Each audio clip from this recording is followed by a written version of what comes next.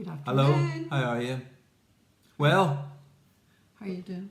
I'm doing good. Well, got our vaccine dates.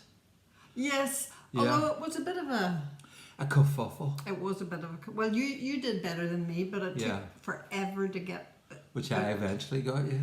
Yeah. Anyway, booked on the site. actually, I'm next Thursday and you're next Sunday. Yes. And we did that deliberately so that we could see if I had any adverse reaction, like glowing or my DNA changed, or the worst thing that could happen if you found the numbers 667 on your head.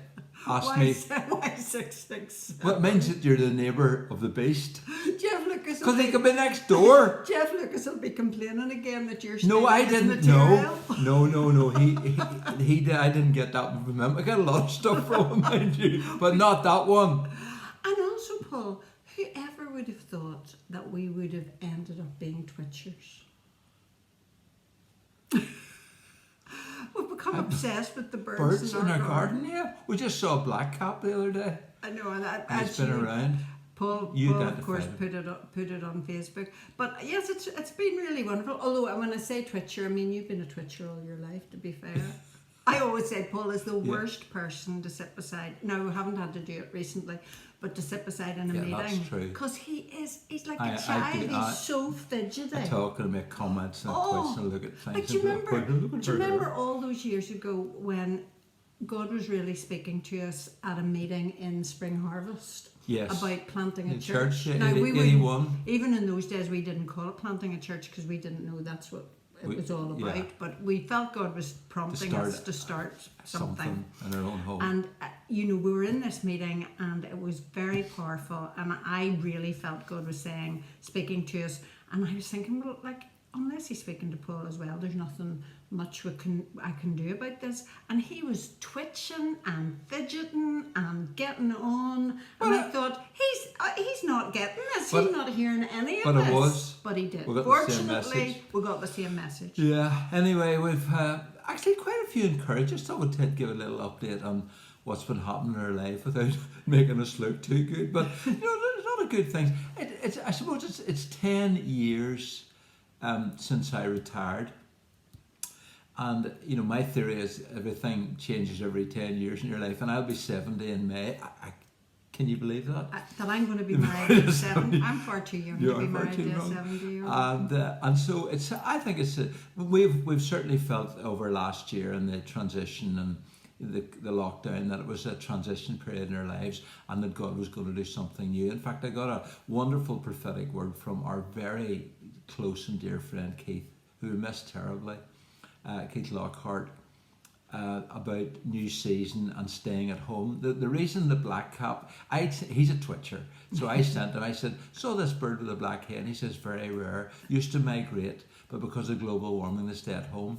And he got a bird word, that's what he calls it, and God really spoke to him and said, it was a new season for Paul and Priscilla because things were heating up at home and we'd spend more time here and do what God had called us to do. Heating up in a good sense. Yes, the spirit. The spiritual, yes. That's what he meant, and that we would stay at home a lot more and invest in Ireland, and that's been happening actually. And that hasn't it really resonated with in our You're doing a hearts. course for a church, for Discovery Church in Galway, 6-week course on the prophetic, which I'm really enjoyed. I've been They're doing great people. a whole. Really enjoy They're them. wonderful people, and I've been doing a series of videos to different churches on.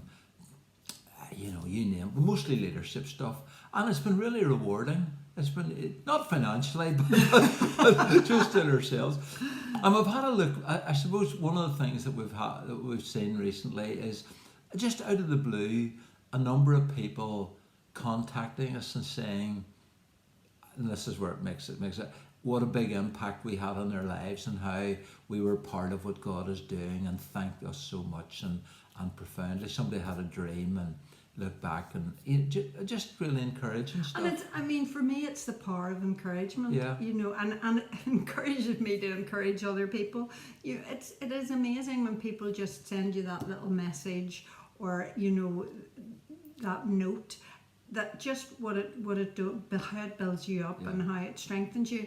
And I felt too today, in light of quite a few people having done this recently, sort of out of the blue, you know, that the Lord had been talking to me out in my walk today about changing seasons again, and how to embrace new seasons, and how to embrace the good from a past season without it always being nostalgic and looking back and wishing the good old days. Yes, because I think this will be quite different for us, and so therefore at every new season it's easy to feel a little bit insecure, and I feel like the Lord, that's He doesn't want us to feel insecure as we move in to a new season. He wants to know that it will have its own special flavour and fruit, and that we can embrace it. So you know, for those of you out there, perhaps, I mean, maybe you're in transition at the minute, maybe you're in a changing season as well, to be really encouraged that, you know, thus far has the Lord helped us, you know, that He's been We with raise our Ebenezer. I think that's what hitherto hath the Lord helped us. You know, that He's been with you right through each of those seasons. There have been probably good things and hard things about each season, but that you can be absolutely assured that He will walk with you, because He's prepared it for you. He will walk with you into this new season. But I always think at the beginning of every at the end of every season, there's loss. Well, in one sense, yes, because except the corn of wheat fall into the ground and die, it remains alone. But if it dies, it bears much fruit. And I think you lose some things, but the fruit that you get in the new season, if you embrace it, it's a new anointing, a new call, sometimes new gifts, and it's really exciting. And honestly, I can say we're going into my eighth decade. I can't believe that. I still feel that God's got so much more to do in us. Yes, absolutely. You need to be changed by Jesus and through us. And we are really excited. So we just want to encourage you today, tell you a wee bit about what's happening in our lives, and encourage you to look forward to the new season that God has for you. And to look for opportunities to encourage people who've blessed you in your life. Yeah. I think you blessed me. Okay, you blessed me. I've been reading Priscilla's poem, still available at paulpriscillaread.com. And you wrote one I read the other day, and I sort of felt a tear welling up. I thought, I'm getting soft. In my old age. Reading poetry and crying. It was beautiful, honestly. I'm very impressed you're reading. Anyway, have a great weekend, everybody. Yeah. And hopefully we'll see you next week. No, before the vaccine. Bye.